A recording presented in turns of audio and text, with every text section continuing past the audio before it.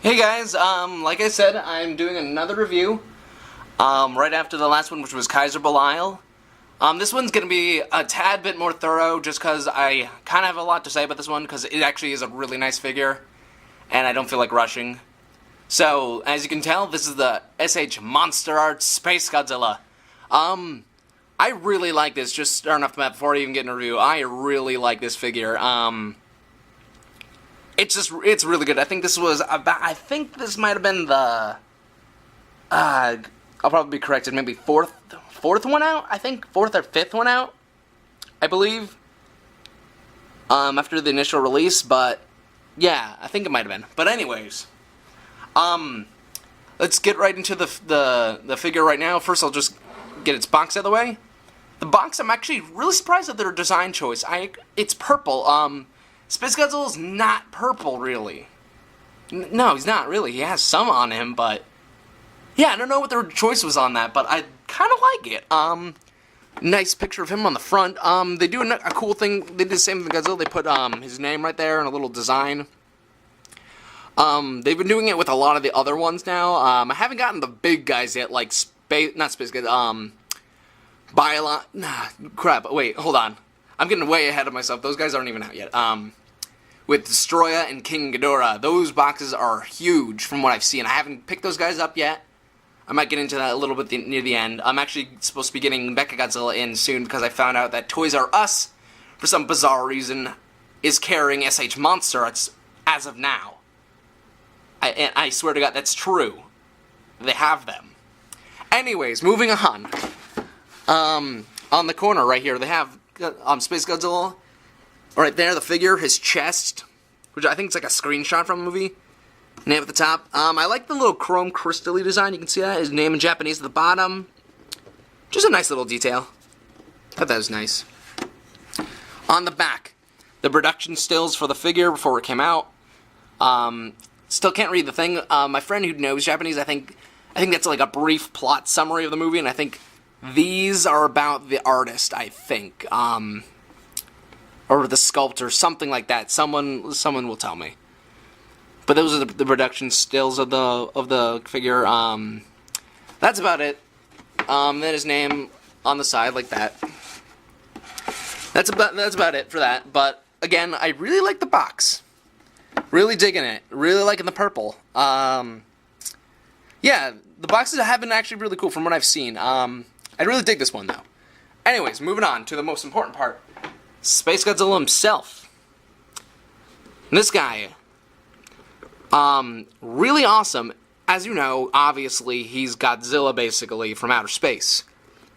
I know there's more to it, but, you know, let's get that away of his overall design.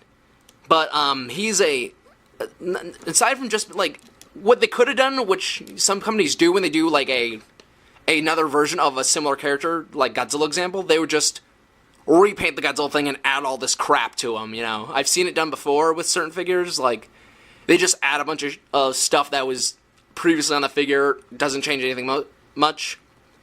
But this is actually a different mold, he has some different stuff going on, I'll get into that. But first, we'll just look at overall detail. It's very nice. The paint job's very nice. You can tell it's actually a slight blue. It looks kind of purple here. He's definitely got the purple stomach area and chest area.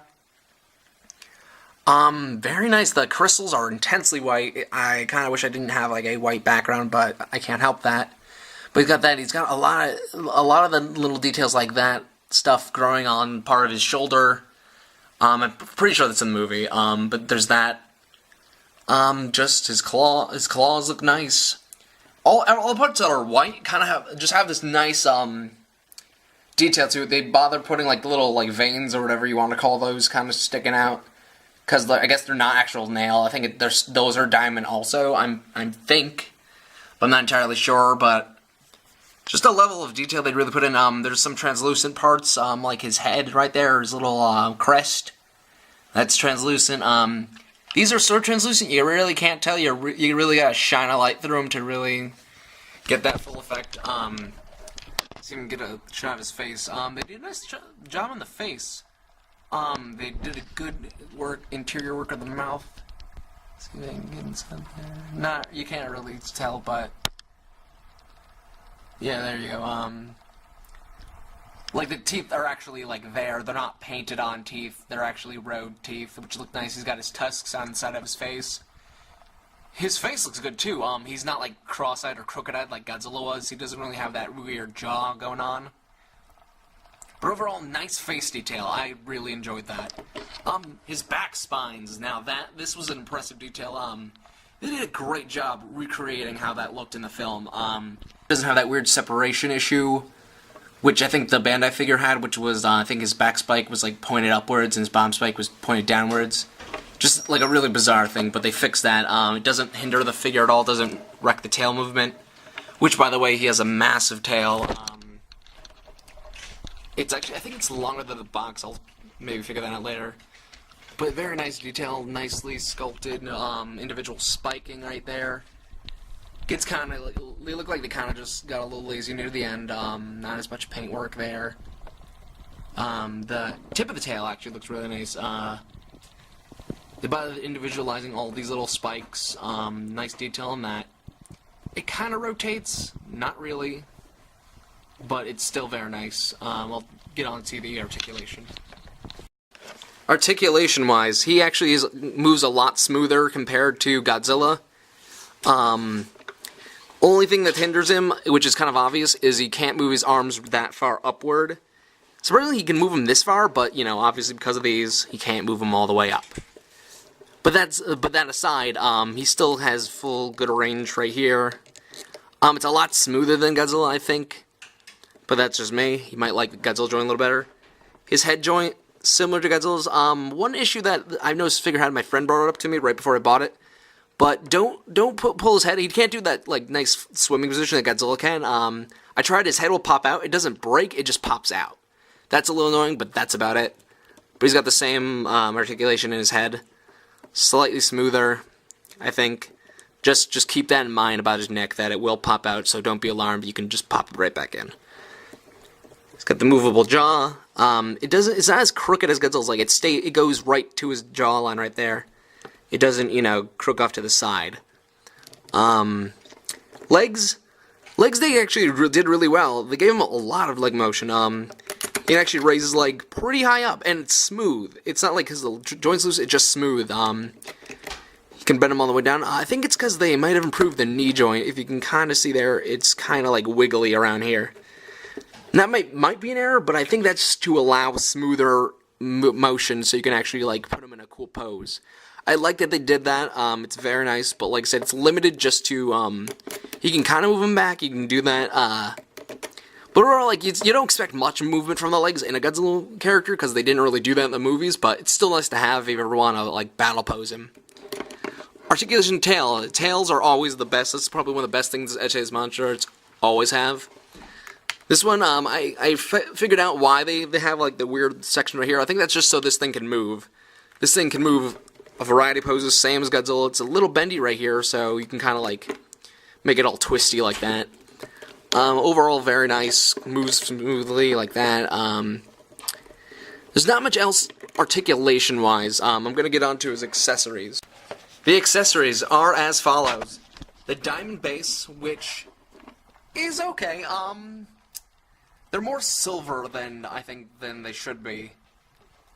Like, they look more like metal spikes than they do crystals, but yeah, hold out to light. They're not really that see-through, so that was a little disappointing. The accessories are kind of disappointing. It didn't look like they did much effort because they actually added like a ground thing. I really wish they were better. I think the baby Godzilla thing has a better crystal base, I think. What was really disappointing was his breath effect. It's not that translucent. It looks a little that way on camera. It looks a little brighter, but putting up the light, it looks better right here. It looks a little better like that, but to be honest, the way they did it, I kind of wish it was more translucent because, let's see if I can compare, just like put on a blank background where it doesn't look as reflective, like right here. You can kind of see what I'm trying to say, like, it looks like either string cheese or what I originally thought. It looks kind of like vomit. It looks like a big string of, like, just wispy vomit. But I don't know, maybe you don't see that, but I really wish they didn't, like, separate his beams like that. His beam didn't really look like that in the movie. It was more like a singular beam that kind of had a rotating, like, spiral around it. But, like, this looks more like a King Ghidorah type attack. It doesn't look like a SpaceGodzilla Corona beam, in my opinion. It was just very unimpressive. I really didn't like the way they did that. You might like it. Not my thing. But his beam breath looks like vomit. So, that's just me. That's it really for accessories. He didn't have much. Not that I was expecting much. The figure overall is better. The accessories, not so much. Now I'm going to compare it to the S.H.Monsterarts SpaceGodzilla and wrap this guy up. In comparison, they match up pretty well. As far as I know, this is proper scaling. It might be wrong. I'm not sure, but they look really nice together. I mean, I definitely hope they either... I know they're definitely making more Godzilla ones. Most recently, they posted, I think, Godzilla 64 as a new S.H.Monsterarts, which I'm very excited for. I still have to get Burning Godzilla, which is an improvement upon this figure. Because looking at this figure now, he doesn't look as impressive as he first did, but I still like him, but let's be honest, like, he just doesn't... Compared between the two. Since they're both technically Godzilla, you can really tell the difference in their sculpts. Like, obviously they're different creatures, but, like, overall body presentation-wise, this is kind of more like what the Burning Godzilla's like. He's more fit for the Godzilla body. He doesn't look as bulky and as stiff. He looks like he can move. He looks like he's real. He's alive. Actually, I think I forgot to mention that he has a small waist joint thing. That doesn't do much, but it loosens up the guy a little bit. He sort of has it, but it's so stiff, it doesn't move. Also, like I was talking about the face, he's got a good straight looking face. My camera would focus there, and just kind of a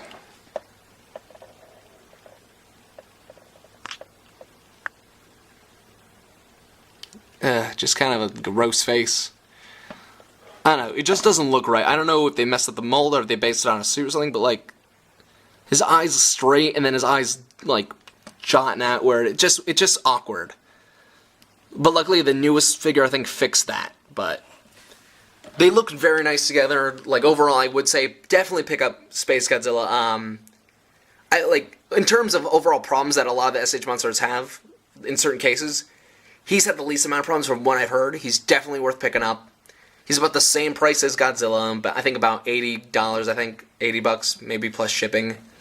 He's definitely a great guy to add to your collection. He's got great presence. He looks fantastic. It's overall just really nice. Like, even if you don't, like, feel like getting the other ones, definitely pick him up out of the bunch. Because he's got a lot going for him. It's just a very unique figure, even though it is Godzilla. Even though I don't have the figure right now, I will put a warning onto anybody who's thinking of getting the King Ghidorah. There's been a lot of cases of the wings breaking on that figure, so I don't have it to show you, but you can look it up anywhere about the figure's problems, and they're pretty bad, so keep that in mind. Other than that, pick him up. I recommend him highly. And that's it for the reviews I'm doing for now. I'm going to post this I'm posting this right after I do the Belial one, so look forward to that, and I'll see you guys later.